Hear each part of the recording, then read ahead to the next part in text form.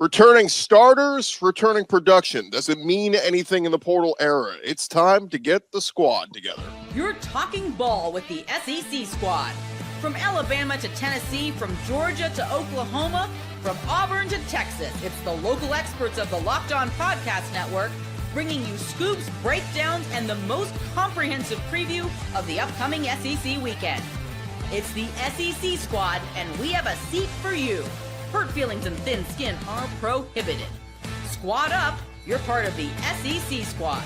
Hey, what's up, everybody? Welcome into the SEC squad. Sit back, grab your favorite beverage, and join us as we get you ready for another week of the SEC offseason. Spring ball approaching, although spring ball may not mean as much anymore. So we had another school cancel their spring game this week. Let's get our squad together as we welcome in Zach Blackerby, host of Locked On Auburn, Brandon Olson, Locked On Gators, Stephen Willis, Locked On Ole Miss, Corey Burton, Locked On Vandy, John Williams, Locked On Sooners, Luke Robinson, Locked On Bama, John Miller, Locked On Mizzou, and Eric Kane, Locked On Vols. I'm Chris Gordy, host of Locked On SEC, and man, we are well represented today. Guys, Bill Connelly this week over at ESPN broke down, tends to do this, kind of breaks down the returning production at all the schools across college football, and we're looking at the SEC, and kind of interesting where you start to see some schools bring back a lot of returning production, some don't, but I pose the question, does it mean anything in this portal era now? If you recruit well and you hit the portal well, doesn't matter if you bring a ton of guys back from last year's squad. Zach, what say you? I think we're still too early in this portal era to fully know. My gut says that it matters, but if you're able to upgrade to certain positions, and not all positions are equal,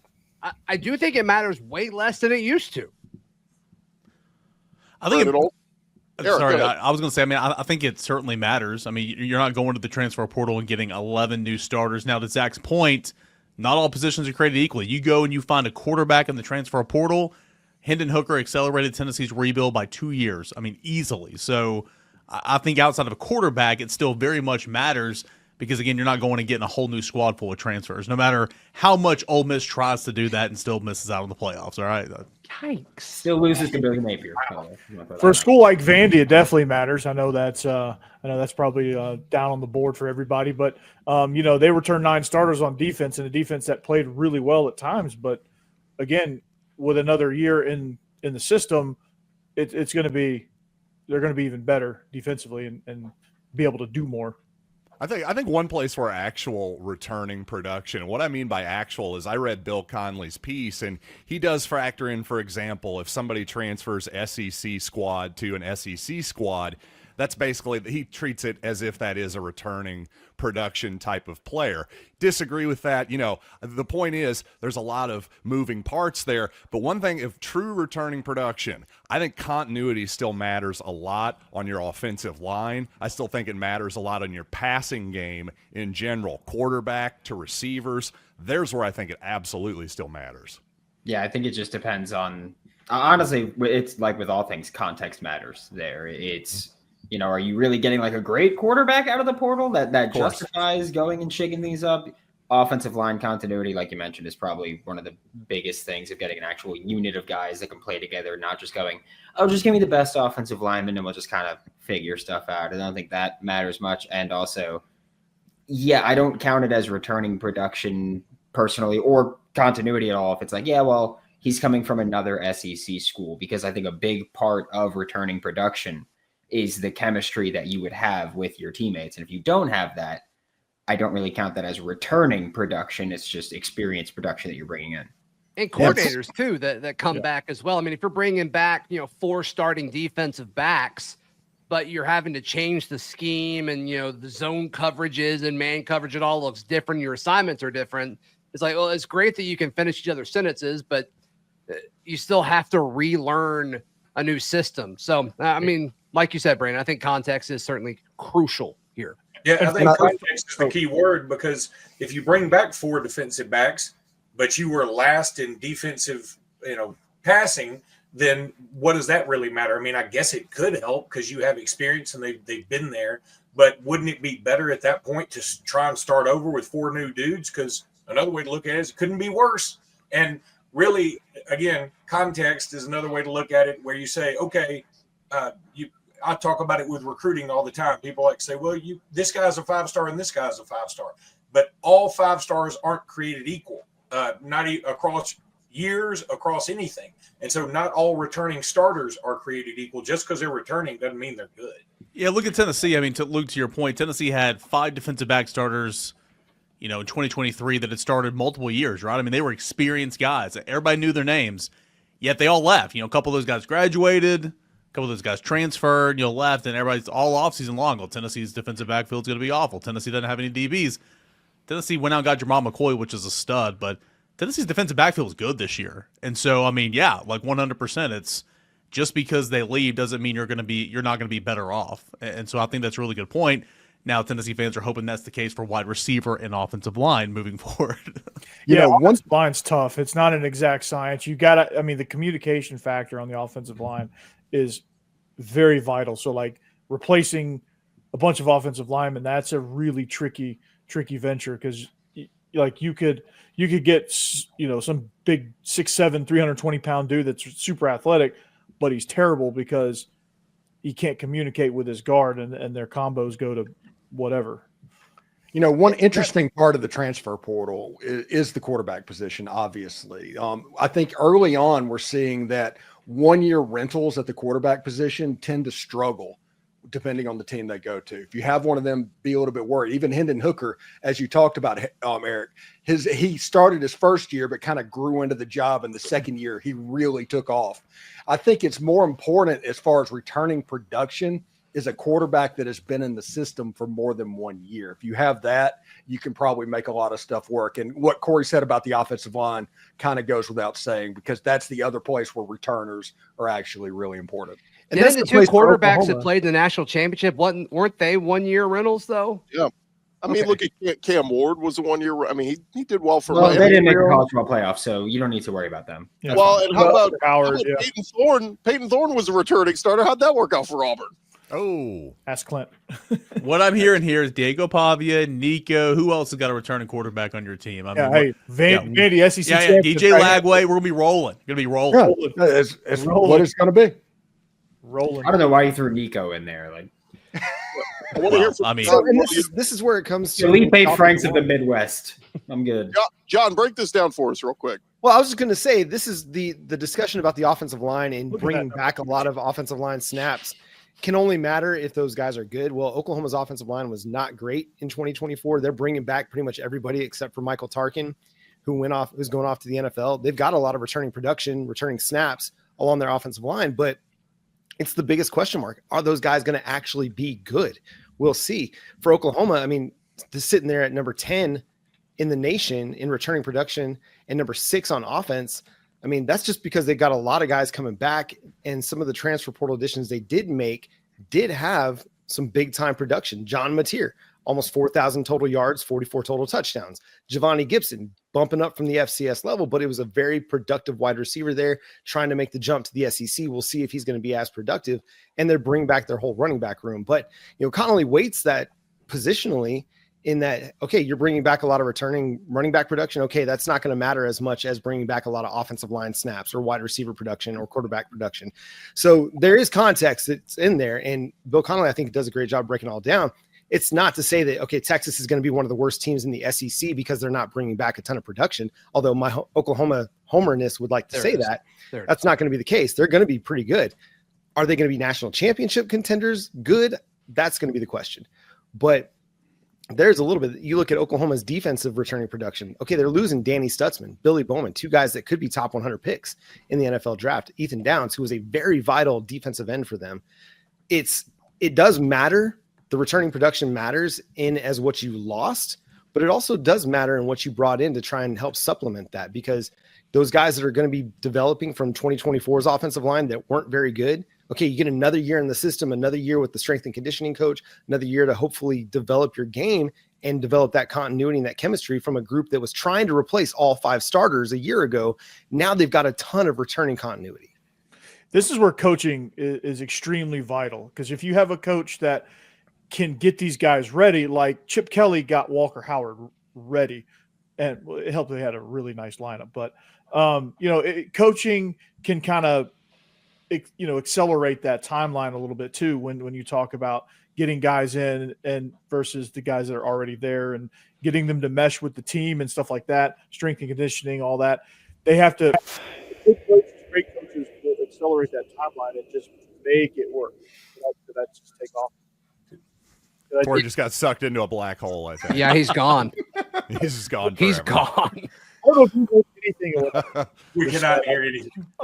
Am I gone completely? Oh, there you are. Hey, I'm I'm back. back. And that's why I don't have a microphone. Yeah. That's the reason. Good job, Luke. So I don't know if y'all heard any of what I just said. I probably just delivered the best monologue ever that no one heard. But yeah, coaching. So good. It was so good. It was great. Coaching, important. Coaching. We got it. Coaching is important. It was basically We the went into Herb the Brooks plane. motivational speech before the Miracle on Ice. That's what it was. Exactly what it Good was. to know. Good to know. Let's pause it there, guys. When we come back here on the squad, we talk about the teams that are spending in the portal. Who's spending the most money? We'll switch gears, talk about that next.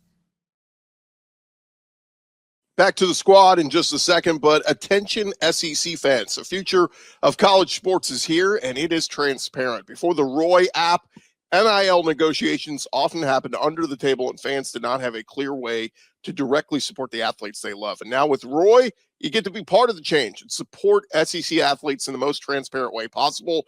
Roy, the NIL app, allows you to choose the player you want to support, decide how much to contribute, receive exclusive content from the athletes you back, and the best part, if your player transfers, you get your money back. It's a risk-free way to show your support. The Roy app is giving fans control. No more uncertainty. Now you can provide transparent, impactful support and help shape the team in the future of college sports with your contributions. Download the Roy app today. That's ROY from the App Store and start backing your favorite SEC athletes the way they deserve with transparency, trust, and a real impact. This is the future of college sports. Join it now by downloading Roy and supporting your favorite players. SEC squad rolling along here talking ball. And guys, there was a piece on On 3 this week talking about an anonymous SEC personnel staffer telling On 3 Sports that there are several schools spending the most money on their transfer portal classes. Now, this is interesting because when you go by the transfer portal rankings, LSU has the #1 portal class, but they were not amongst the schools, at least in the SEC, that are spending the most money. So this is kind of an interesting dynamic. You get the best players, but you're not spending the most money. So who is spending the most money? Well, on this list, we found Zach, Auburn, Steven, We're rich. Ole Miss, We're rich. and the Texas Longhorns among the top 5 spenders. Is Look out, there's some poll surprising. people in here. Zach is pronounced desperate. I don't think so. I think what's interesting about this with Auburn is over the last decade, the issues have been like a lack of alignment. And for whatever reason, I do think Hugh Freeze has everybody aligned. Hasn't turned into wins yet, but I do think everybody internally does believe that he is the guy. My thing is, I was genuinely wondering, how is Chris Gordy going to make this about LSU? And he wasted no time. He got to LSU somehow before he even read the list. That was incredible work. There's no bias. I was just bringing up they're the #1 class. I was just surprised they weren't on this list because we know they're spending a ton of money, but according to this guy, they're not amongst the top. Sure. Yeah. Do we know?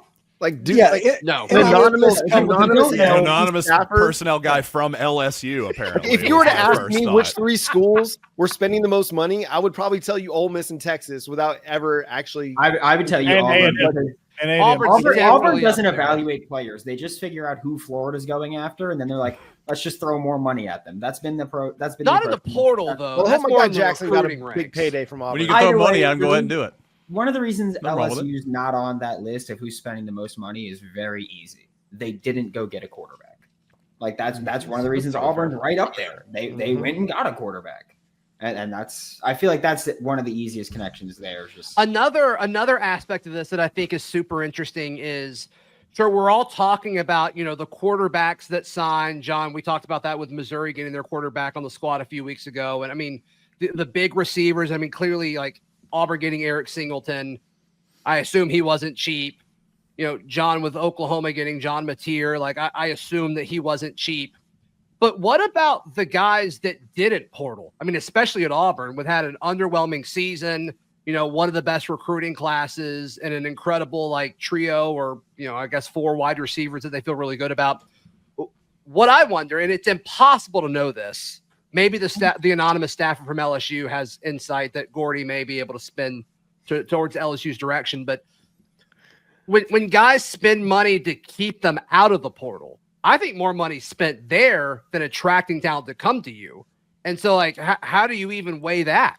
It's the non-sexy part of the offseason that nobody talks about. It is how many of your coaching staffs, guys that you keep on staff and kept them away from going and getting coordinator jobs or head coaching jobs. It's support staff, recruiters that might not be on the field assistant coaches, keeping that all aligned. And it's the Boo Carters, it's the Mike Matthews, it's the Nikos, it's the everybody else that Tennessee, paid to keep on campus this year, right? And Tennessee had a portal class of 4, and nobody was super there was no home run in the portal, at least from Tennessee's perspective. But Tennessee spent a ton of money keeping the class intact. Now, right, wrong, and different, that's what they did. I know there's some other teams around the conference, around the country that have done the same thing, and fans had different viewpoints on that. But that's a great point, Zach. There's money spent, but it's nobody really knows about it because it's that guy was on your team. You just assume he's going to be on your team next year. That's not the case now in 2025. And you have some guys that enter the portal, and then you have to go back and get them. Amaris Williams, who Auburn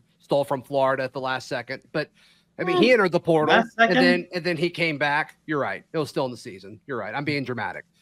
But, some of that, might be public, if public's even the right word. But a lot of these guys, the deals happen before they even enter the portal. And so we don't know. Florida had 3 tech Caleb Banks, 30 pressures this year. Their defensive end, Tyreek Sapp, another 25 pressures. Both those guys could have gone onto the NFL. Banks was getting day 2 talk. Now he's getting Banks. You know what I'm saying? Yeah, that's it. That's it. Simple as Eli that. Sowers trying to keep the draft. The Big Collective announced that R. Mason Thomas was coming back to Oklahoma before R. Mason Thomas announced he was coming back to Oklahoma. So that tells you as much as anything. It's the Caleb Downs to Ohio State before Caleb Downs had a chance to say, I'm going to Ohio State. Yeah. I should mention in here, the article says teams who spent the most money in their portal class. I almost wonder if they're referencing last year, because you look at Texas currently has 5 guys in this portal class, barely any. One of them's a punter. So they're clearly not spending a ton of money. They have Arch. It's not like Are you saying punters don't matter? Well, they're that's okay. a ridiculous well, remember last offseason, they got Isaiah Bond, Amari Nyblack, Silas Bolden, Matthew Golden. Last season I can buy that Texas spent a ton. So maybe he's talking about just collectively over the past year or two, teams that have spent a ton in the portal. Yeah. Or is it counting keeping your roster? Because I'm sure Arch Manning got more money this offseason as well. So it's. Once again, that's just so difficult. Do we know? Parse, do we know that? I don't know. I don't think so. I don't know. We're making a lot of assumptions for sure. The other side of it is we don't know if people still aren't getting money under the table from some other source. They could be. It would make sense. And it would be the best time to do it if you wanted to go that route, because the NCAA has never felt more powerless than right now. Mm-hmm. So even if you got caught, you just go, I thought this was the new way everybody was doing it now, and the NCAA would probably back down. So why would you need to take money out of the table, guy? Though? That's right. I'm chiming in. It's all legal. Interesting, that's Alabama guy. Most stuff. No, but seriously, Luke, what's the need for you to do a deal under the table now? I'm just saying maybe somebody wants to go that route versus getting involved with the collective. Maybe they don't want to deal with the collective. As if I'm a huge booster, I can save. say, in all seriousness, save tax money. There's an incentive for you. Mm-hmm. Wow. Yeah. For real. Cash. Bags of cash and a McDonald's. Straight cash, homie. Yeah. Right, Eric? But TurboTax makes it so easy. Oh, yes, Shout out they Jeremy do. Pruitt. Well done. God, you shill. How you got a Jeremy Pruitt reference in this one? Well done. Yeah. Does anybody here wish their school would spend more money in the portal that hasn't? Yeah. I feel like everybody's wish they'd all spend more money. more, yeah. Yeah, it's not our money. Fans get mad it's not worth it. It's not your money. What do you mean? I genuinely can't say spend more money, because as far as I know, they're spending as much as they can. They're actually doing. Still didn't really have a season that mattered when it's all said and done. Yeah, we'll see when you get to Oxford. My team beat yours. My team already beat yours, so I could say whatever I want. Buddy. That season's Have fun over, with your man. hypotheticals for the next 8 months. Can't Why wait. you got to bring up You old too, stuff? buddy. Can't wait for it. Yeah, why are you bringing up the past, buddy? It's this season that just finished. No, that was last season. It's over. This We're season in the that just 2025 finished. season. That's all that matters. Who Not even the cares? same calendar. Hey, I at mean, there's least nothing Billy new to Napier talk didn't about, get so we can fired just keep like talking you about hoped for how 8 Tennessee weeks. and Nico beat Florida. That's fine, and we can keep talking Did about Nico that. Yeah, beat Eric Florida? still finds ways to bring up Hendon Hooker. Did Nico beat Florida? But Tennessee beat Florida. I mean, Florida That's didn't fine. beat Yeah, Tennessee. That's for sure. Congrats. So. That's what you've seen. Y'all that are happen being 4 way times too in hard your on life? Y'all are Steven. beating a dead horse. I'll tell you Y'all that. being way too hard on Steven. And speaking of hard, Zach, tell him about Blue Chew. Oh. All right. On that note, we'll pause. Gordy does the ad reads. Gordy does the ad reads during the squad shows. When we come back, talking about getting excited. What's the one big addition your team made this offseason that got you excited? We'll talk about that next. That wasn't me. Hey, life moves fast, especially when you have a family. One day you're watching your kids take their first steps, and before you know it, they're off to college. And that's why securing their future is so important. Fabric by Gerber Life makes it simple to get term life insurance that fits your family needs. With Fabric, you can apply for term life insurance online right from your couch. You can be covered in under 10 minutes, and in many cases, no health exam is required. It'll give you that peace of mind you want as a parent. You want to make sure your family is financially protected no matter what happens. Fabric will give you that peace of mind. Join the thousands of parents who trust Fabric to help protect their families. Apply today in just minutes at meetfabric.com/lockedoncollege. That is meetfabric.com/lockedoncollege. Policies issued by Western Southern Life Assurance Company, not available in certain states. Prices subject to underwriting and health questions. Meetfabric.com/lockedoncollege. SEC squad talking ball. And guys, I want to pose the question. We're going to go around the horn. What's the one big addition your team made this offseason that gets you excited? It could be a portal addition. It could be a recruit. It could be a coordinator, an assistant coach, something your team added this offseason that gets you super jacked. Zach, we'll start with you. Eric Singleton, the number one receiver in the transfer portal from Georgia Tech. You know, the storylines around Jackson Arnold, and John kind of hinted at it earlier in the show. The situation around him wasn't great, and so you bring in as many options as you can to make playing quarterback easier at Auburn. I think Eric Singleton is dynamic, and excited to see how they use him next to Cam Coleman. Receivers weren't really what Auburn was lacking, though. They were lacking that quarterback. They got that guy. We'll see what he does. Brandon Olson, what are you excited about Florida added?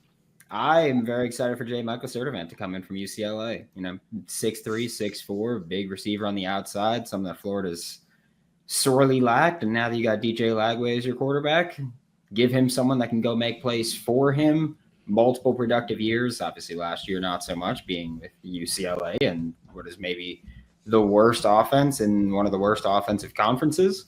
But excited for what he brings to the table. Film looks good and should fit with DJ Lagway perfectly fine. Steven Willis, Ole Miss. Winston Watkins Jr. out of Florida, slot receiver, was a punt returner in the Navy All-American game, went down to the Polynesian Bowl. He's a guy that could show out this year, and I expect him to get on the field early at Ole Miss. But, hey, Lane Kiffin recruiting wide receivers. Who would have known that it was going to happen? I like this. Maybe learn some names that we're not familiar with. Names to watch this fall. Corey, who did Vandy add? Well, one of the ones that I'm excited about, it's kind of a boring one. They added an NFL caliber center in Jordan White from Liberty, who's going to bolster that offensive line. So I'm excited to see that run game take that extra step with Jordan White at center. That's some Derek Mason Vandy's talk right there. Wow. Talking about the past, right? He's handing the ball to Pavia. It's pretty important. Hey, John Williams, you added a lot this offseason. Yeah, I mean, I think the obvious answer would be John Mateer with all the production, but I'm going to go with Marvin Jones Jr., the Florida State by way of, he was somewhere else, Georgia, also former 5-star edge rusher. If they can unlock the potential, it gives Oklahoma a bookend edge rush duo that can be very, very competitive in the SEC. You see what Ohio State was able to do, what South Carolina was able to do, what Ole Miss was able to do. When you get two guys that can rush off the edge, like R. Mason Thomas and Marvin Jones Jr. can potentially do, if we get the work ethic just right, then who knows what Oklahoma's defense could be this year. Yeah, I'm not worried about Oklahoma's defense. I'm worried about that offense, but they can figure that part I don't out. want to talk about that. It's not so fun. Luke Robinson, what are you excited about Alabama adding? I think the easy answer is Keelan Russell, who won National Player of the Year. He's going to be very, very good. The coaches just light up when they talk about him. But I was at an event the other day where several of the coaches spoke, and the other name where everybody just got excited is Ivan Taylor, son of former NFL great Ike Taylor. He is going to be playing safety. He is a fabulous kid. He's just no nonsense, and he knows the position very, very well. And it's at a position of need, safety, for Alabama. So I think Ivan Taylor is going to be on the field maybe even earlier than Keelan Russell.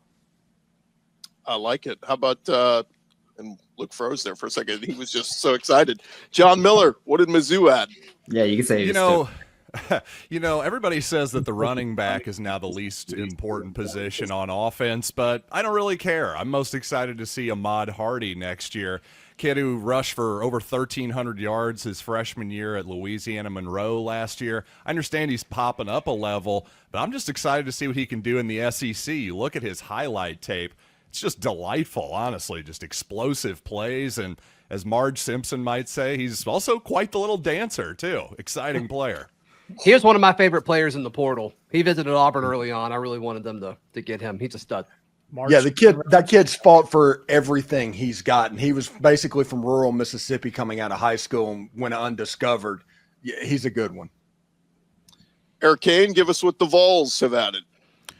Mike Keith, radio voice from the Tennessee Titans. Biggest get of the offseason. And I'm not even exaggerating. There you go. Tennessee added 4 guys from the portal, 2 offensive linemen, a running back piece that's going to be a part of a 3-man rotation, and a wide receiver from Alabama that has not played a snap of football. So, again, Tennessee needed O-line help. They went out and got 2 guys who are going to be immediate starters. I guess Sam Pittleman of Notre Dame, Wendell Moy of Arizona, probably my answer there. But if we're being real, it's Mike Keith coming out from the Titans back home to Knoxville to be the voice of the Vols. That's the answer. Interesting piece there. Trying to think of some of the other schools that no flags on the field. Some of the other schools we didn't mention. Kentucky. Zach Calzada, maybe quarterback. Oh God, Dynamite legend. Absolutely. You just bring up the group chat, right? That's all we need to do is just scroll the group chat. Yeah, Lance is stoked about him. I tried to put him at like 11, and everybody was like, "What? 11?" Texas A&M, I may go with. They got all those big receivers, right? Casey Concepcion from NC State, Micah Hudson from Texas Tech, who apparently stepped away from football temporarily, right? So we'll see what happens with him. They're all under 6 feet. They're all tiny, yeah. But look, what do you think John Neighbors would have said about his Arkansas Razorbacks? Oh, he probably would have started with saying that nobody excites him, but I don't know. I'm trying to think of who they've added this offseason. Courtney Crutchfield from Mizzou, wide receiver. Yeah, he didn't do anything last year, but he's definitely a highly rated guy out of Arkansas. He definitely took the bag from Mizzou from one year, so good for him. Georgia, I'll say wide receiver Noah Thomas from Texas A&M. That's a nice pickup for whoever their quarterback's going to be. Texas, I'll go with the punter, Jack Baumeister, right, from Utah. Yeah, you know him so well. He's rolling. Super well researched pick by Gordy there.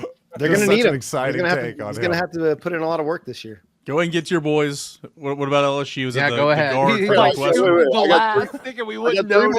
I got 3 more schools here. We'll hit Mississippi State. I'll say Luke Kromenhoek, the quarterback from Florida State. So we'll put him in there. South Carolina. Well, the big one is Aaron Nolan. He's not going to play this year, but he'll sit behind Lenore Sellers. That was a pretty big transfer portal pickup. And LSU, I'll go with Patrick Payton, the edge rusher from Florida State, pretty highly thought of. So that's crazy. That's I want to make sure we covered the entire SEC. All right. Nice. Yep, we had to get LSU in there, so that's good. All right, we got 2 minutes left. Open forum. How dare you not name Jack Pyburn or Jakeem Jackson for LSU?